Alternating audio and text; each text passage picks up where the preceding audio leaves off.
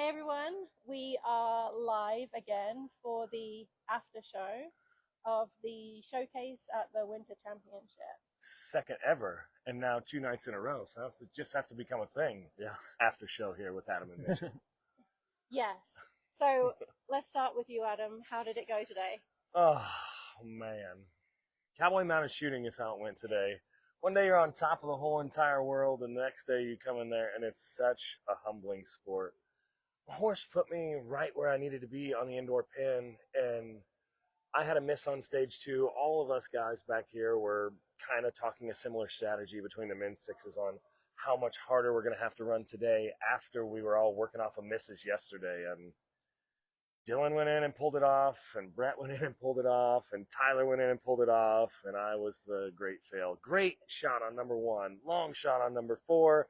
Right as Mitchell's getting ready to say, Adam's the greatest cowboy on the planet, I missed the short one. So I missed number five. Kind of takes me out of the running, to be completely honest. I mean, I've got some great horses, and that's just cowboy mounted shooting. Not the day I was hoping for, so even at the top of our game, it's just an emotional roller coaster here. That's how I feel about today. Yeah. AQHA horse did really, really well, but there is some really tough running cowboys here right now. I was getting really excited for Adam too. He shot 1, 2, 3, 4, and like you said, I went and before, right as I did that and took that inhale, there went a miss, and that's just how humbling the sport can be sometimes, especially at a major event. And I think there's probably a lot of people feeling that way this evening after the showcase and the curse of pattern number 50. God. Yes, absolutely. I mean, I've told the Cowgirls and the Cowboys, especially in the AAA, guys, you just want to go in there and you want to shoot clean on this pattern. It's set to be certified, so it's set wide. This is the big Pentagon, course 50, not 50S, which is the smaller Pentagon that maybe a lot of people shoot and practice at home. This one, you really got to ride to your balloons. And out here in Arizona, it's a lot drier air than maybe somebody might be used to where me and Adam are from in the center of the U.S. It's a lot drier air. The powder's going to burn a lot faster. It's probably not going to go as far. So that's something that some of these guys have to get used to. Mitchell and I have been talking about it all through the day. We watched people on course number 3. Mitchell and I sat in here and watched every single run. And there's so many of those shots on the really aggressive lines when we watch the level 4s, the level 5s, the level 6s, where we expect it to be great at this level. They were just reaching out to make that shot at number 1, and it just seemed like it wasn't reaching there today. So yeah, there's got to be something to it. The dry air, the humidity, the elevation, all of it. We've seen it again tonight. How many of those cowgirls did we watch go in there, and they're always flawless? And they went up there and turned off a balloon number 1, and it just didn't make it there. I'm just as guilty. I made a long shot, got a good right turn, went to shoot number 5 on the way out, and turned my horse up, just got too greedy, and the powder didn't make it there to burn. So yeah, absolutely. I told a lot of shooters here when they were asking me after we've been watching the patterns all day long, is do you think I'd take this shot? Do you think I'd take the shortcut? And I'm saying, guys, you want to shoot all your balloons here. The powder's just not probably going to reach with this dry air that we have. It's not the humidity that we're used to in Shelbyville, Tennessee, for example. This powder is going to burn, and it's going to burn quick, so you want to be up against those balloons. How many people do you think actually went clean in the number 50 tonight? At least 1, I think we had 3. 2. The 2 3 or girls, 4. Diane and Ella, were clean at the very, very end because we forced them into it. Yeah. And then Trevor came out first clean for the men, but pretty conservative, really, to be honest. He was a 15. Ramiro, I think, Romero was the last 2 and 2. Yeah. There was only 4 of them. That's pretty unusual, right? That's very unusual. I mean, eliminator type situation. Mitchell, you've been there. I've been there.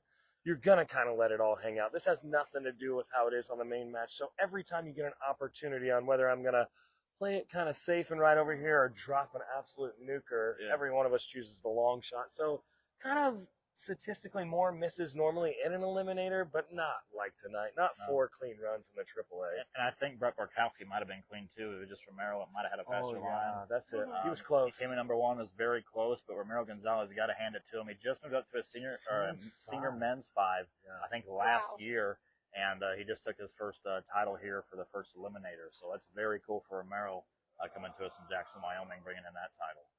What were some of your favorite runs today? I think the highlight of today's main match was probably Dylan Lawson's comeback here. He came inside stage number 3, took some very long shots, and he's one of those cowboys that we were talking to while we were going through a drag. He was talking about these long shots. He's asking me, he's like, Mitchell, do you think I should head straight at number 2? And I was like, buddy, you probably shouldn't. You want to get to every balloon. You want to shoot clean in the position you're in now. He made every ounce of that powder work, hit all of his balloons, and he came back with an 11.7. and the time to beat was a 12.4. He has really caught back up on the leaderboard, and if you take a look on CMSAevents.com, you'll see he's sitting number 1 with a miss right now.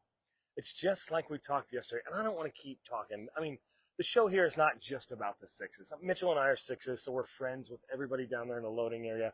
We get caught up in it a lot too, but I mean, take a look at the leaderboard right now. They're the guys that are always at the top. So I don't want to say my favorite run is Dylan Lawson again too, because his head is already barely fits in his cowboy hat. And I hope you're watching that, but the guy missed on stage number 1, and we talked about this last night in our after show. If you're going to miss and you have to punch the throttle, you could see it. Brett, Tyler, Kenda, and Dylan, they knew what had to be done because they all came in here and dropped on the first stage, and it was a completely different mindset. There was no option of whether they were going to take it easy. There's 1 or 2 ways they could have run stage number 3 today. You can go up there in the first half of the day, everybody makes a big sweeping left turn and they shoot 3 strongs and then kind of work their way up the pin. That is not even an option when you're trying to run it off. They're all taking straight, diagonal, super aggressive lines, long shot on 1, a hope and a prayer to get to the top of the leaderboard. Yeah.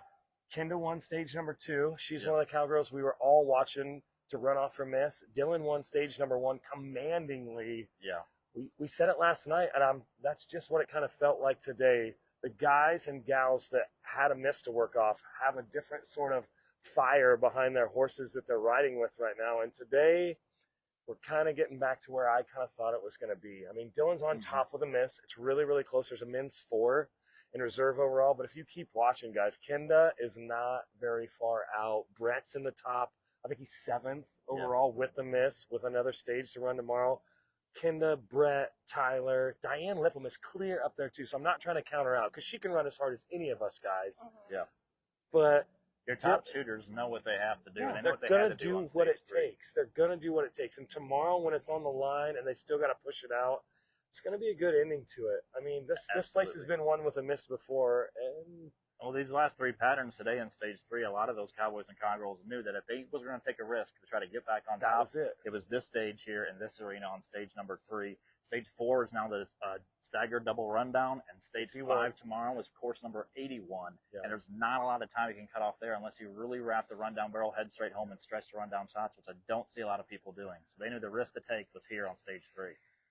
Yeah, one more change. Abby Esau was clear up at the top of the leaderboard, and it kind of a heartbreaker outside today. A little bit of a controversial call, if that's what you want to call it. I mean, I only heard some of the scuttle about whether it was a small balloon or not a small balloon, but she was setting clear up on top of the leaderboard, course 51. The outdoor arena ran a lot better today. I mean, yesterday there was a huge gap, and when we ran, and it was an hour and a half wait, the grounds crew here did a way better job. They kept it moist. And that makes a difference with all the mental game it takes to these shooters. Everything. The whole match together just ran better today. Abby unfortunately dropped one on stage 4. Yeah, balloon number 5. Like we said, if you're going to miss, you have to have that raw time kind of to back you up, where she was, I don't want to say that she was coasting through, but she didn't have to run with the same fire as Kenda and Dylan and Brett and Tyler did, because she was on top. Now she's going to find herself behind the 8 ball with a miss. And you got to give Abby Esau credit. She's on a borrowed horse. She's only ran it at a few majors. Lauren in Oklahoma, I believe. Lauren Crudup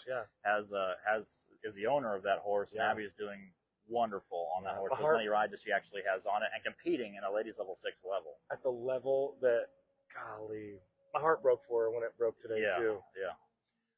Well, it'd be really cool too. I mean, if we're looking at the leaderboard, Dylan's on top. I mean, Diane's in there, and I see Dylan's dad, Kenny Lawson, having himself a show here. Valley Center, California, where the good juju must be right now. Could you imagine father-son overall reserve? Silver Dollar Ranch is killing it. I don't want to call those guys work really hard, and if you see the horsepower they brought into the stables up here tonight, those guys work hard all through the winter.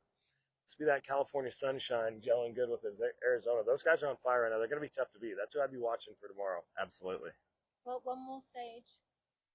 One more stage, course 81, and like I said, there's not a lot of places to make up time. Yeah, Adam. I mean, it's these last 2 stages with stage 4 outside and stage 5 that's going to be in here tomorrow. It's a big horse race, and whoever keeps up the momentum is going to be sitting on top. I feel like by the time I get to the end of the day.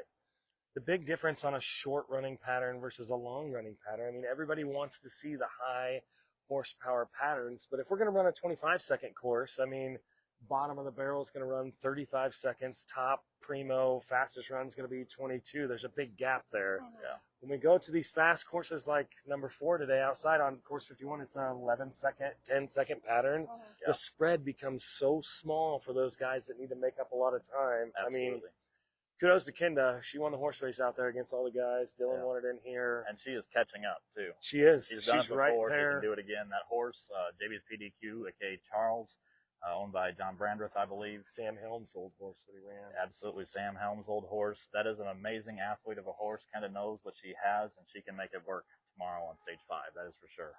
And what about you, Chrissy? What did you think of the showcase tonight? Did you feel the energy? Did we do a decent job? Yeah, Better? we raised Worse? the roof. There was a lot of energy here. It looked like there were a lot of people coming in from outside who were not part of the regular There was a shooting really good community. crowd here. I mean, Yeah. that's what we need if we're going to get our sport to grow is we got to get it in front of people. I was really impressed with the work that they did on getting butts in the stands tonight. I don't know if it came through from the camera over there, but it was a party in here tonight. It The was. energy was good. We kind of ran a little better. Yeah. And always great to see Jim Rogers in the stands. It is. Jim and Lily Rogers, yeah, absolutely. And you can see Lily and Jim up there just having a great time. You know, they still love coming back and supporting this event, and it wouldn't be possible without them. And Lily taking pictures of everybody. Lily You taking can't pictures get away of everybody. from Lily without her I saw taking Lily photos of trying to them. get Jim Rogers to do the cha-cha slide, which I thought was pretty cool. Well, one more stage tomorrow. Excuse me, I'm so Bless sorry. you. Sorry. Bless you. One more stage tomorrow. Everyone get some good rest tonight, and good luck tomorrow. Thanks, everybody. See you on stage 5. Good luck, everybody. Thank you for tuning in.